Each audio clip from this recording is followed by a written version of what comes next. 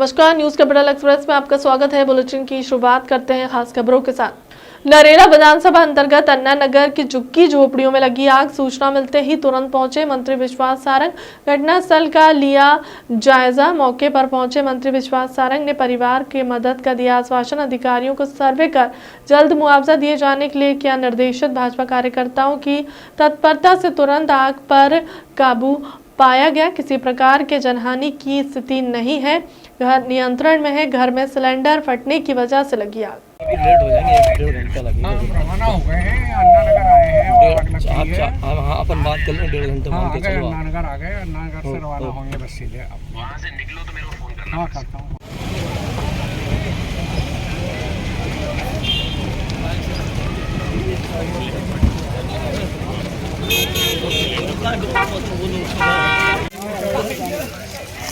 पानी में डिजॉल्व थोड़ी होती है, वो तो एटमॉस्फेयर में ही जान दो। हाँ, वही तो भैया इस साइड की दुकान तो खुले में ऐसे उड़ती रहेगी। झुग्गी थी, 3 झुग्गियाँ, 3 लगी हुई झुग्गियाँ थी, इसमें आग लगी। एक ये ठीक था कि उस झुग्गी में जो रहने वाले थे वो कहीं गए हुए थे, झुग्गियाँ खाली थी, इसलिए कोई जान माल का नुकसान नहीं हुआ है। मैं स्वयं आया हूँ और अब आग बुझा ली गई है, किसी को कोई भी हानि नहीं हुई है। सामान जरूर जल गया है, उनका पूरी तरह से झुग्गी का सामान नष्ट हो गया है। मैंने निर्देश दिए हैं, इसका सर्वे कराकर जो मुआवजा होगा वो दिलवाया जाएगा। ये अच्छा सौभाग्य रहा कि हमारे भारतीय जनता पार्टी के सभी कार्यकर्ताओं ने आकर तुरंत प्रभाव से उस पर नियंत्रण कर लिया, जिससे आग आगे नहीं बढ़ी और वहीं 3 झुग्गियों तक ही सीमित रही। अभी स्थिति पूरी नियंत्रण है। मध्य प्रदेश के बैतूल में एक 14 वर्षीय नाबालिग के साथ घटित दुष्कर्म की घटना के विरोध में महिला कांग्रेस के प्रदेश संगठन के आह्वान पर शहर महिला कांग्रेस इकाई के द्वारा घटना पर आक्रोश जाहिर करने भगवानगंज स्थित बाबा साहेब श्री राम अंबेडकर प्रतिमा से 3 बत्ती और साहब की प्रतिमा तक पैदल मार्च निकालते हुए जमकर भाजपा सरकार के खिलाफ नारेबाजी की गई और भाजपा सरकार में लगातार महिलाएं और बेटियों के साथ हो रहे अत्याचार अन्याय पर विरोध दर्ज कराया गया।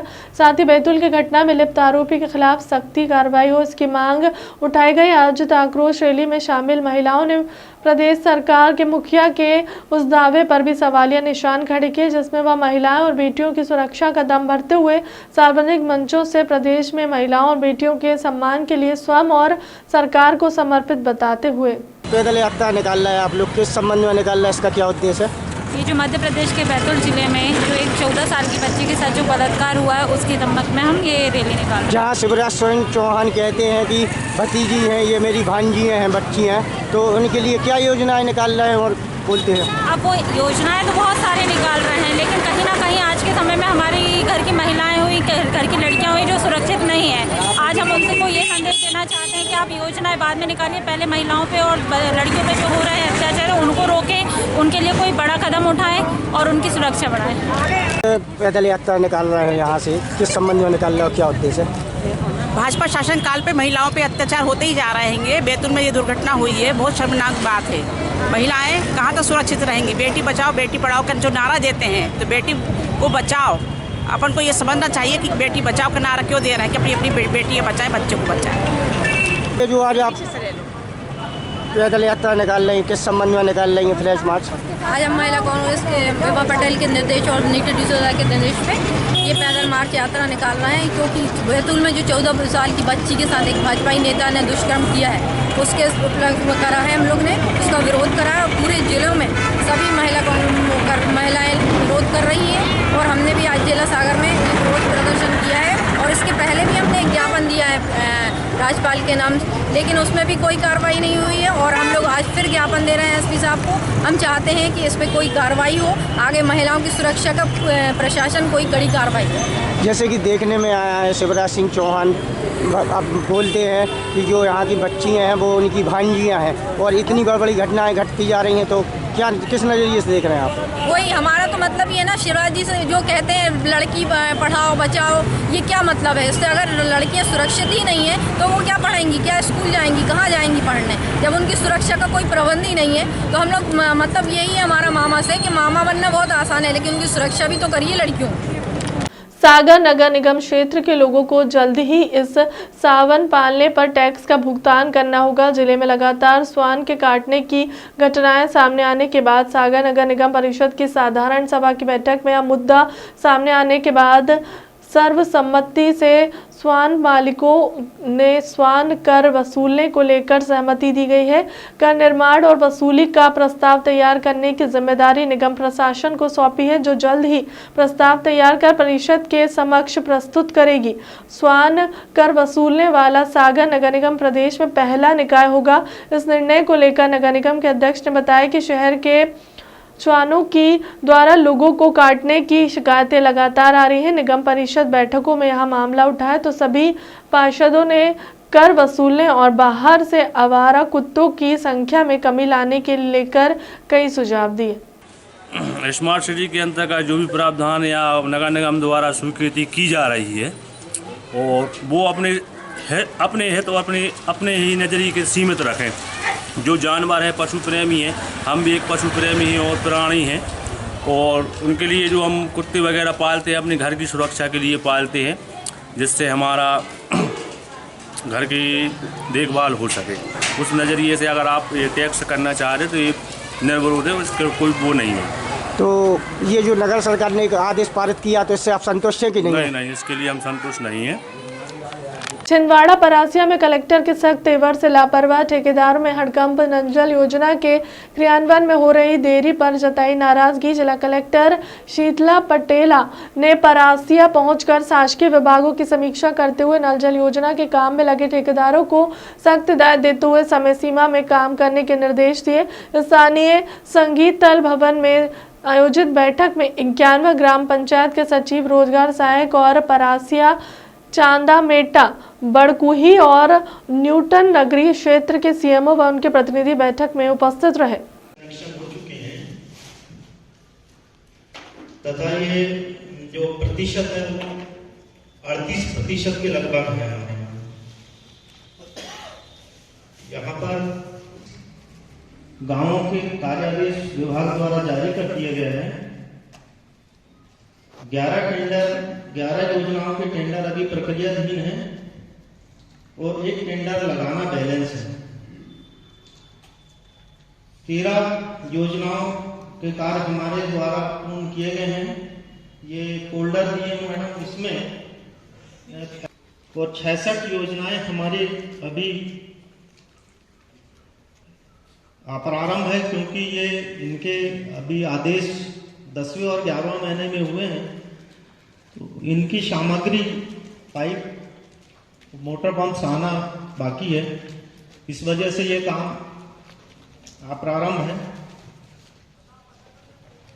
हमारे यहाँ पर इसके अतिरिक्त सिविल के अलावा मैकेनिकल विंग के द्वारा भी जो 250 पॉपुलेशन पे काम कर रहे हैं, 250 पॉपुलेशन तक ऐसे गांवों की जिनमें मैकेनिकल जो एक अलग हमारी जल जीवन मिशन जो है उसमें आप सभी को पता है कि हमको ग्रामीण क्षेत्रों में भी tap water house hold level पे उपलब्ध करवाना है। तो उसके संबंध में एक समीक्षा बैठी थी। उसके अलावा भी हमने आरडी की कुछ स्कीम थी जिसका हमने समीक्षा रखी थी ताकि हमारी प्रोग्रेस इसमें इंक्रीज हो पाए और बेहतर तरीके से काम। किसी खिलाफ कोई कार्रवाई है? कुछ एक लोग हैं जिनका काम थोड़ा कमज़ोर है, तो उनके लिए हम लोगों ने कार्रवाई की किया है, जिसमें वेंडर्स भी हैं और कुछ अधिकारी कर्मचारी भी हैं। बट मुख्य हमारा उद्देश्य ये है कि किसी भी प्रकार से पुश देकर हमारा काम सही समय पर और क्वालिटी के साथ हो जाए। विकासखंड के काम से संतुष्ट है? मोस्टली सभी कामों से संतुष्ट हैं। जिन कामों में हमें आवश्यकता है प्रगति लाने की, उसके लिए ही हमने ये बैठक निर्धारित की है। होपफुली बैठक के बाद हम और बेहतर तरीके से और प्रगति के साथ इंदौर में होने वाली ग्लोबल इन्वेस्टर मीट और प्रवासी भारतीय सम्मेलन को लेकर प्रदेश के नगरीय विकास और आवास मंत्री भूपेंद्र सिंह का बयान सामने आया है, जहां उन्होंने इसे प्रदेश के लिए बड़ी उपलब्धि करार देते हुए मध्य प्रदेश के लिए गौरव का विषय बताया। उन्होंने कहा कि लगभग 3500 प्रतिनिधि इस पूरे आयोजन में दुनिया भर से शामिल होंगे।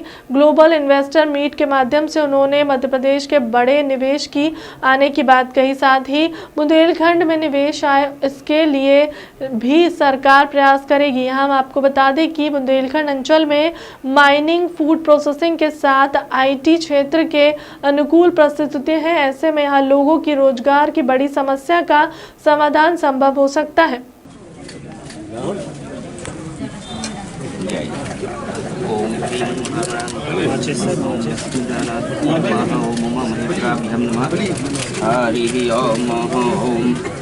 प्रत्यक्ष दीपम नरसयामि ओम दीपो ज्योति परब्रह्म दीपो ज्योति जनार्दन दीपो हृदय पापम दीप ज्योतिर्नमोस्तुते दीप।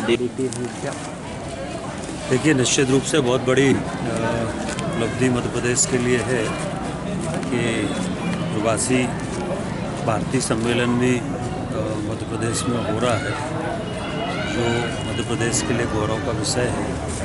और पूरी दुनिया से लगभग 3500 प्रतिनिधि इसमें आ रहे हैं और माननीय प्रधानमंत्री जी, माननीय राष्ट्रपति जी इसमें रहेंगे।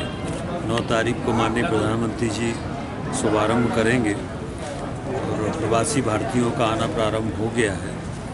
और इसके अलावा 10 और 11 तारीख को ग्लोबल इन्वेस्टर समिट है, और जिसमें संभावना है कि बड़ा निवेश मध्य प्रदेश में आएगा और बुंदेलखंड में भी बड़ा निवेश आने की संभावना है। और उसके लिए हम लोग प्रयास कर रहे हैं। नील गाय का शिकार कर काटने के दौरान 3 आरोपी गिरफ्तार, लगभग 14 मौके से फरार हो गए। वहीं प्राणी का मांस किया जब्त। नसरुल्लागंज वन परिषद लड़कुई अंतर्गत दिनांक 6/1/2023 बीट किशनपुर के कक्ष क्रमांक में लाल माटी वन क्षेत्र में नीलगाय का शिकार पर पलाश के पेड़ की आड़ में काट के लोगों ने वन अमले द्वारा 3 लोगों को गिरफ्तार किया। MP वन्य प्राणी संरक्षण अधिनियम 1972 की धारा 9, 39, 41, 50 और 51 के तहत कार्रवाई की गई। वहीं करीब 14 लोग मौके से फरार हो गए। वहीं जानकारी देते हुए वन परिषद अधिकारी सर्जन यादव द्वारा बताया गया है कि दिनांक 6 को मुखबिर की सूचना की संपूर्ण जानकारी देते हुए उपरांत तत्काल परिक्षेत्र सहायक पिपलानी के एल त्रिपाला, बीट गार्ड किशनपुर और कुमार गोयल, बीट गार्ड घुटवानी, यशवंत गोयल व हमीदगंज राहुल परमार और बीट गार्ड सिराड़ी अमराही रावत और सुरक्षा प्रतिनिधि के साथ लेकर बीट किशनपुर के कक्ष क्रमांक 445 में लाल माटी नामक स्थान पर वन क्षेत्र में पहुंचे। 1 मिनट होगा भैया गुड्डू। सर, जिस प्रकार से कल एक नील गाय का शिकार किया है, कुछ लोग उसमें गिरफ्तार भी हुए, क्या क्या कार्रवाई की जाएगी? देखो, दिनांक 6 जनवरी को मुखबिर के द्वारा सूचना प्राप्त हुई स्टाफ ने मुझे अवगत कराया। इसके बाद हमारा स्टाफ में परिषद सहायक Piplani, beat guard Kishanpur, beat guard Ghutwani, beat guard Hamidganj, beat guard Siradi और सारे सुरक्षा प्रतिनिधियों के साथ किशनपुर के PF क्रमांक 445 में लाल माटी नामक एक जगह है, वहाँ पे सब पहुँचे और एरिया की घेराबंदी की। घेराबंदी करने के बाद वन क्षेत्र में नाले के पास पलाश की झाड़ियों के बीच में कुछ लोग कुल्हाड़ी एवं हंसियों से किसी जानवर को मारकर टुकड़े करते हुए नजर आए। वन अमले को देखकर वहाँ पे जितने भी लोग थे वो भागने की कोशिश करने लगे। उसमें 3 आरोपी हम पकड़ में आ गए हैं, बाकी लोग भाग निकले हैं। जो 3 आरोपी पकड़ में आए हैं उनके नाम है जगदीश आत्मज सुरभान निवासी किशनपुर, शीला आत्मज बहारिया निवासी घोगरा, रंगलाल आत्मा सुरभान निवासी किशनपुर। जो वन्य प्राणी का शिकार हुआ है उसको हमने वेटनरी डॉक्टर से PM करवाया है और जो वन्य प्राणी है वो नील गाय है। आरोपी से पूछताछ करने के बाद उनके द्वारा कुछ अन्य लोगों के भी नाम बताए गए हैं जिनकी तलाश जारी है। संख्या अभी जांच का विषय है और इसमें वन्य प्राणी संरक्षण अधिनियम 1972 की धारा 9, 39, 41 और 50 में हमने POR जारी किया है। POR नंबर 421/41 दर्ज किया है। अनुमानित कितने लोग होंगे सर? अनुमानित अभी इन लोगों के बयान लेंगे, अनुमानित 14 से 15 लोगों के नाम हैं। इनके बयान लेने पे और पता चलेगा जांच में कितने लोग। ठीक सर। बीजेपी प्रदेश अध्यक्ष विष्णुदत्त शर्मा ने ली उज्जैन संभाग की बैठक।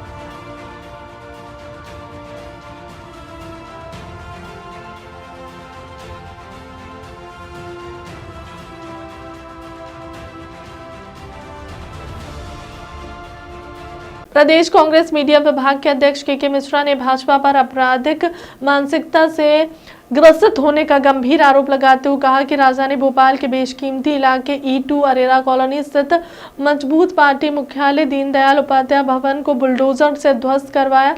वहां 10 मंजिला इमारत बनाना न केवल राष्ट्रीय हानि है बल्कि वह काबिज दुकानदारों को बेसमेंट में जिस तरह प्रतियोजित आग लगावा कर उन्हें भयानक कर विवशताश बेदखल करने का वातावरण निर्मित किया जा रहा है, वह भाजपा के तालिबानी चरित्र को दिखा रहा है। मिश्रा ने कहा कि 27 साल पहले निर्मित इस मजबूत भवन को भोपाल नगर निगम ने कभी भी जर्जर व जानलेवा घोषित नहीं किया। बताया जा रहा है कि करीब 2.5 करोड़ का लागत से बने इस भवन को उस वक्त आर्थिक परेशानी से पार्टी चलाने वाली नेताओं ने कार्यकर्ताओं ने सहयोग से चंदा एकत्र कर निर्माण करवाया था।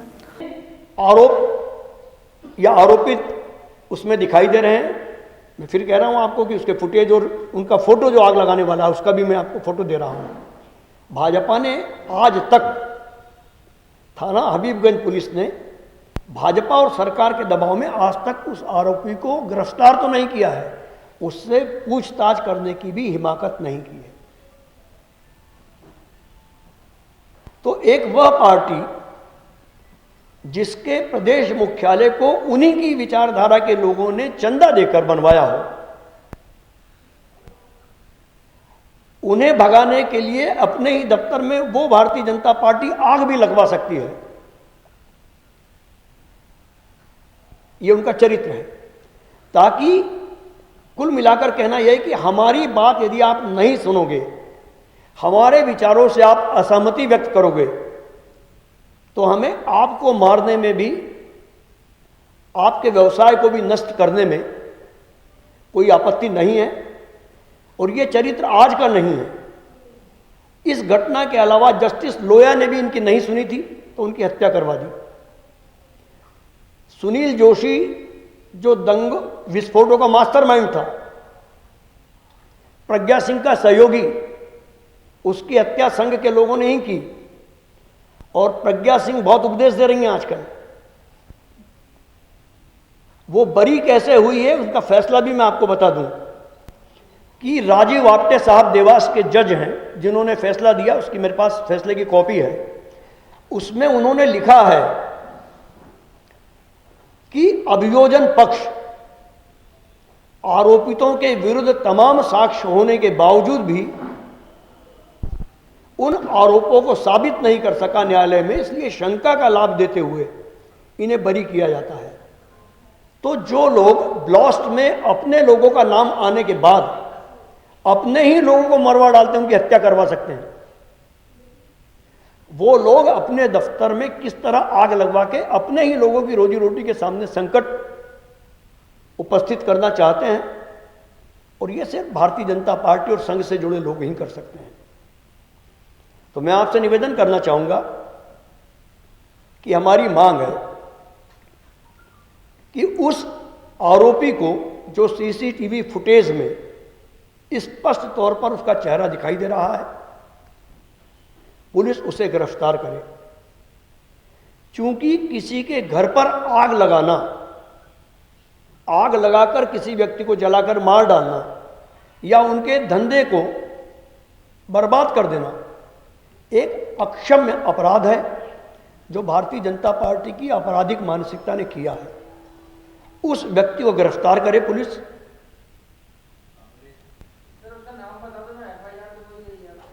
अब कुछ तो पुलिस को भी करने दीजिए, हम पुलिस के मुखबिर थोड़ी ना। हम यदि पुलिस ने नहीं करा, मैं तो आपको सीसीटीवी फुटेज उसका चेहरा भी दे रहा हूं, और हुआ तो मैं उसकी दुकान पर जाके पकड़ा भी दूंगा आपको, वो बता देंगे ना। सभी आज जल्दी मत करिए, आप थोड़े थोड़े चलने दीजिए, धीरे धीरे स्लोली।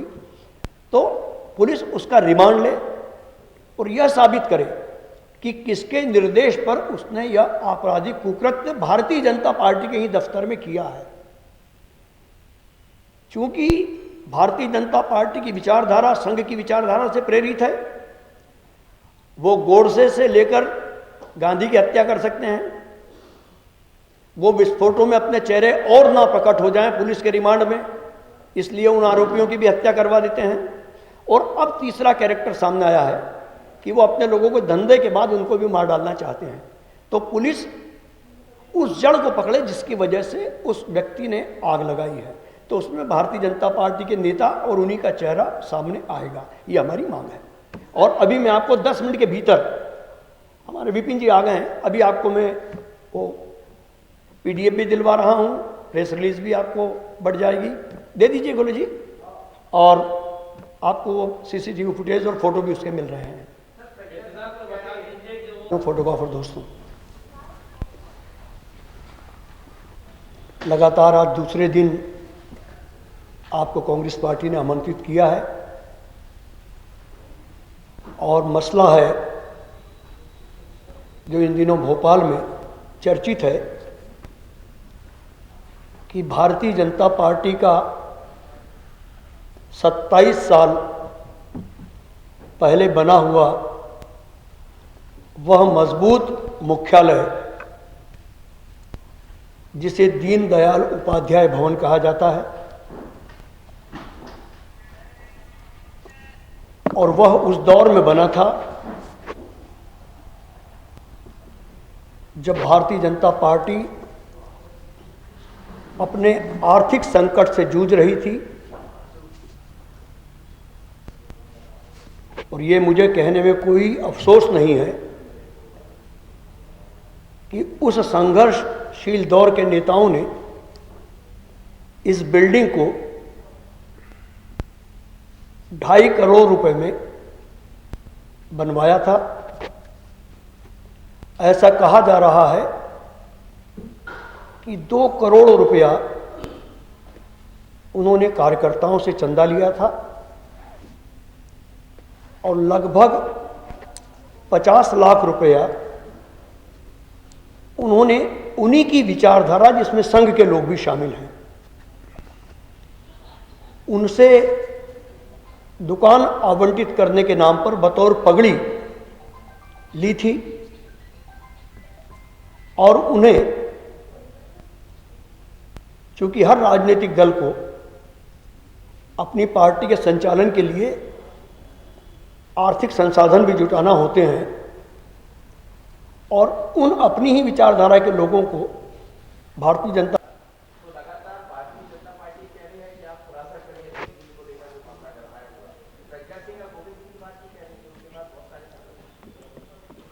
ये विषयांतर हो जाएगा, मगर मैं वो बात कहना चाहूँगा आपको।